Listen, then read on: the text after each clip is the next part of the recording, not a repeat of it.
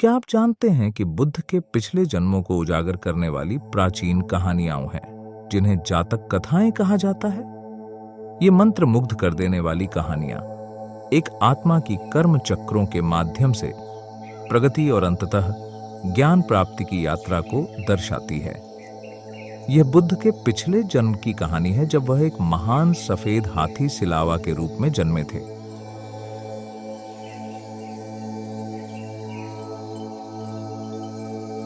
एक समय की बात है, हिमालय के एक हरे भरे जंगल में एक अद्भुत सफेद हाथी सिलावा रहता था। माना जाता था कि सफेद हाथी दिव्य और बुद्धिमान होते हैं, जिनके पास मनुष्य जैसी भावनाएं होती हैं और वे मनुष्यों की भाषा में बात भी कर सकते हैं। सिलावा एक दयालु और कोमल आत्मा था, जिसे जंगल के सभी जीव प्यार करते थे।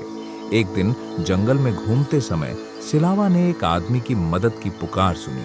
वह आदमी एक लकड़हारा था, जो चंदन की लकड़ी की खोज में गहरे जंगल में भटक गया था और रास्ता भटक जाने के कारण डर गया था। दया से प्रेरित होकर सिलावा उस आदमी के पास गया, जिसने पहले सोचा था कि हाथी उसे नुकसान पहुंचाने वाला है। लेकिन जब सिलावा ने कोमलता से बात की और मदद की पेशकश की, तो आदमी को एहसास हुआ कि हाथी दयालु है। उस आदमी ने सिलावा को बताया कि वह अत्यधिक गरीबी में जी रहा था, जिसने उसे जंगली जानवरों के खतरे के बावजूद जंगल में गहराई तक जाने के लिए प्रेरित किया था।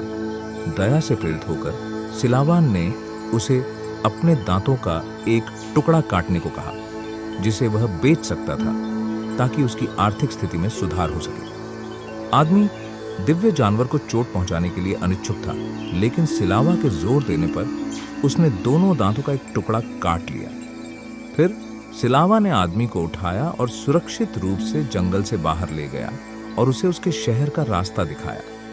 सिलावा की मदद से आभारी होकर आदमी ने उसे धन्यवाद दिया और घर लौट आया। थोड़े समय बाद वह अपने शहर के हाथी दांत के बाजार में गया और महसूस किया कि हाथी के दांतों की बहुत ऊंची कीमत मिल सकती है। सिलावा के दुर्लभ चांदी के दांतों ने उसे सबसे ऊंची कीमत दिलाई, जो उसे गरीबी से बाहर निकालने के लिए पर्याप्त थी। आदमी खुशहाल जीवन जीने लगा, लेकिन कुछ महीनों बाद उसे एहसास हुआ कि पैसा अंततः खत्म हो जाएगा और वह फिर से गरीब हो जाएगा। उसने सोचा कि अगर मैं अपने दोस्त सिलावा से और हाथी दांत प्राप्त कर लूं, तो मैं एक खेत खरीद सकूंगा और अपने परिवार के लिए गरीबी के इस चक्र को तोड़ सकूंगा।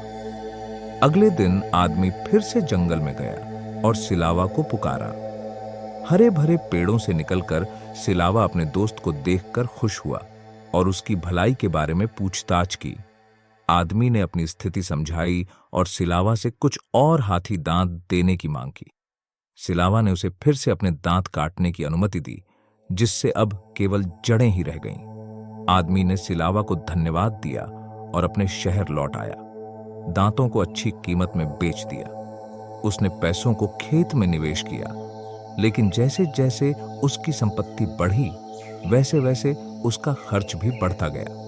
कुछ महीनों बाद लालच से प्रेरित होकर उसने सोचा, सिलावा को जड़ों की क्या जरूरत है?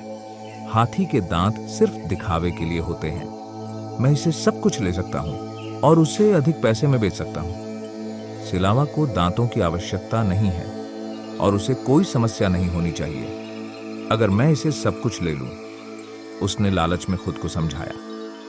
अगले दिन वह फिर से सिलावा के पास गया और उसे बची हुई जड़ों को देने के लिए मना लिया। हाथी जानता था कि जड़ों को निकालने से बहुत दर्द और खून बहने लगेगा, लेकिन उसने अपने दोस्त की खुशी के लिए अपनी भलाई की परवाह न करते हुए सहमति दे दी। जड़ें गहरी थीं और आदमी को उन्हें खींचने के लिए बहुत जोर लगाना पड़ा। बहुत संघर्ष के बाद जड़ें निकल आईं, लेकिन कोमल हाथी अत्यधिक दर्द में था और थोड़े समय बाद खून की कमी और दर्द से मर गया।